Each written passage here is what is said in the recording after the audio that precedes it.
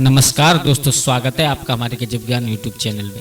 दोस्तों आज हम एक बहुत ही सुंदर ज्ञान चर्चा लेकर के आप लोगों के सामने हाजिर हुए हैं कि पति पत्नी अगर एक साथ भोजन करें तो उससे क्या होता है, क्या फायदा होते हैं, क्या नुकसान होते हैं। अगर पति पत्नी का झूठा भोजन करता है तो उससे क्या नुकसान होते हैं। और जो लोग ऐसा करते हैं, आजकल ज़्यादातर घरों में ऐसा ही हो रहा है, पति पत्नी एक साथ बैठ करके भोजन किया करते हैं, एक थाली में भोजन किया करते हैं। पति पत्नी का झूठा भोजन के खाता है तो उस परिवार के साथ में क्या होता है, क्या लक्षण है, हमारे धर्म शास्त्रों में इसका क्या प्रभाव बताया है। तो दोस्तों इसी चर्चा के बारे में आज हम और आप लोग चर्चा करेंगे। बहुत सुंदर ज्ञानवर्धक चर्चा है, तो इस वीडियो को देखने के लिए कृपया आप अंत तक बने रहें, जिससे आप लोगों की बात समझ में आ जाए। तो दोस्तों अगर आप हमारे चैनल पर नए दर्शक मेहमान बंधु बनकर के आए हैं तो प्लीज़ हमारे चैनल को सब्सक्राइब करें और हो सके तो परिवार और दोस्तों के साथ शेयर करें। दोस्तों कहानी को अंत तक जरूर देखना, क्योंकि इस चर्चा में आज बहुत ही खास होने वाली है, हम और आपको बहुत कुछ सिखा करके जाएगी।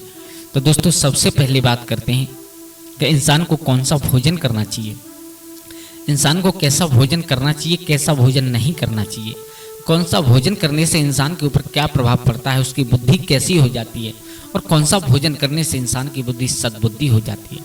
तो सबसे पहली बात, इंसान को कभी भी तामसी भोजन नहीं करना चाहिए। तामसी भोजन कहते हैं जिससे हम लोगों को और नशा चढ़े, उस ऐसे भोजन को कभी नहीं करना चाहिए। ऐसे भोजन को करने से हमेशा इंसान की राक्षस प्रवृत्ति आ जाती है, इंसान हमेशा राक्षसों की तरह व्यवहार करने लगता है। इंसान को हमेशा शुद्ध और शाकाहारी भोजन करना चाहिए, क्योंकि हमारे तुम्हारे लिए इंसानों के लिए शुद्ध और शाकाहारी भोजन बताया है, न कि किसी की जान लेकर के अपना पेट भरना हमारा कोई अधिकार नहीं है। दूसरी बात, कभी भी इंसान को अपनी पत्नी का झूठा भोजन नहीं करना चाहिए। पत्नी का झूठा भोजन करने वाले इंसानों के ऊपर बहुत बड़ी मुसीबत आ सकती है। दोस्तों देखो, ये इस बात से भी नहीं नकारा जा सकता, इस बात को भी इनकार करना पड़ेगा, इनकार नहीं कर सकते हम और आप इस बात को कि पति पत्नी जब एक साथ भोजन करते हैं तो उससे पति पत्नी का संबंध गहरा होता है, उनका प्यार बढ़ता है। ये बात बिल्कुल हकीकत है, लेकिन उसमें ये बात नहीं लिखा कि पति पत्नी का झूठा भोजन करे तब प्यार मजबूत होगा। दोस्तों जिस घर में पति पत्नी का झूठा भोजन करता है, एक थाली में बैठ करके भोजन करते हैं, उनके ऊपर हमेशा दुख और दर्दता आती रहती है। और इंसान, अगर कोई आपके सामने थाली एक परसी रखी हुई है और उसमें अगर कोई लात मार करके चला जाए, धोखे से लग जाए, तो ऐसे भोजन को कभी नहीं करना चाहिए, क्योंकि ऐसा भोजन करने से इंसान के ऊपर संकट आने की शंका हमेशा बनी रहती है। या इंसान के सामने भोजन की थाली परोसी हुई रखी है और उस भोजन की थाली से किसी स्त्री के लहंगा की ओट पड़ जाए तो उस भोजन को नहीं करना चाहिए, क्योंकि वो भोजन मल त्याग के समान होता है। और ऐसा भोजन करने से इंसान की हमेशा भ्रष्ट बुद्धि हो जाती है, और भ्रष्ट बुद्धि वाला इंसान क्या कर सकता है वो हम और आप अच्छी तरीक़ा से जानते हैं। और अगर कोई आपके सामने भोजन की थाली रखी है और उसे कोई नाग करके चला जाए, उसके ऊपर से निकल जाए, तो कभी भी इंसान को वो भोजन नहीं करना चाहिए। वो भोजन करने से हमेशा इंसान के ऊपर दुख और दरिद्रता आती है, हमेशा गरीबी आती है। माँ लक्ष्मी उस घर में कभी वास नहीं करती, माँ अन्नपूर्णा का अपमान होता है। और दोस्तों हमेशा देखो, हमारे पितामह भीष्म कहते हैं, महाभारत में भी इसका जिक्र आया है, हमारे धर्म ग्रंथों में और इस भोजन के बारे में जिक्र आया है। तो पितामह भीष्म कहते हैं कि हमेशा परिवार को एक साथ बैठ करके भोजन करना चाहिए, जिससे आपसी रिश्ता मजबूत होते हैं, आपसी प्यार बढ़ता है, एक दूसरे के सहयोग करने के लिए उम्मीद जागती है, एक दूसरे का सहयोग करने के लिए इंसान हमेशा तैयार रहता है। इसलिए इंसान को हमेशा साथ बैठ करके परिवार को भोजन करना चाहिए, लेकिन इसका मतलब ये नहीं है कि पत्नी की थाली में पति को भोजन करना चाहिए। और दूसरी बात, ऐसा जो लोग करते हैं, हमेशा जो पति पत्नी का झूठा भोजन खाते हैं, वो दुख और दरिद्रता से हमेशा गुजरते रहते हैं।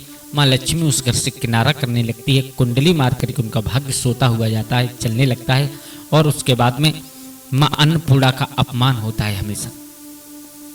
दोस्तों भोजन करने से पहले सबसे पहले क्या करना चाहिए, सबसे पहले हाथ जोड़ करके माँ अन्नपूर्णा को प्रणाम करना चाहिए, धन्यवाद देना चाहिए, मैया आप ऐसी कृपा मेरे ऊपर बनाए रखना।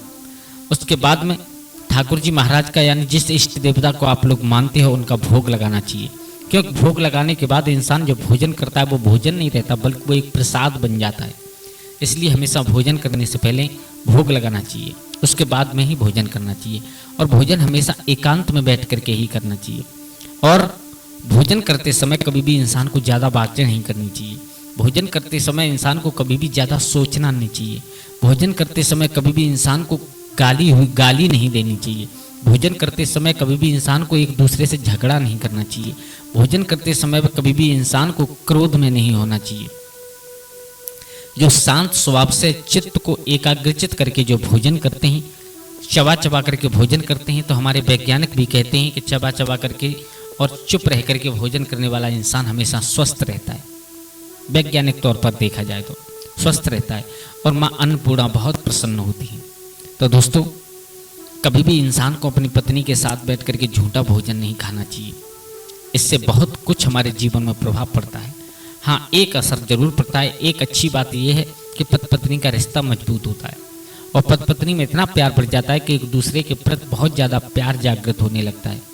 लेकिन कभी भी हमें अपने धर्म शास्त्रों के अनुसार कभी भी एक साथ बैठ करके भोजन नहीं करना चाहिए। हाँ, एक साथ बैठ करके भोजन करो, लेकिन एक थाली में बैठ करके कभी भोजन नहीं करना चाहिए।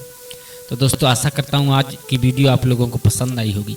अगर पसंद आई हो तो अपने परिवार दोस्तों के साथ में शेयर करें। आज के लिए बस इतना ही। कल फिर मिलते हैं किसी एक नई कहानी, एक नई चर्चा के साथ। तब तक के लिए सभी लोग आनंदित रहें, खुश रहें। जय श्री राधे, जय श्री राम।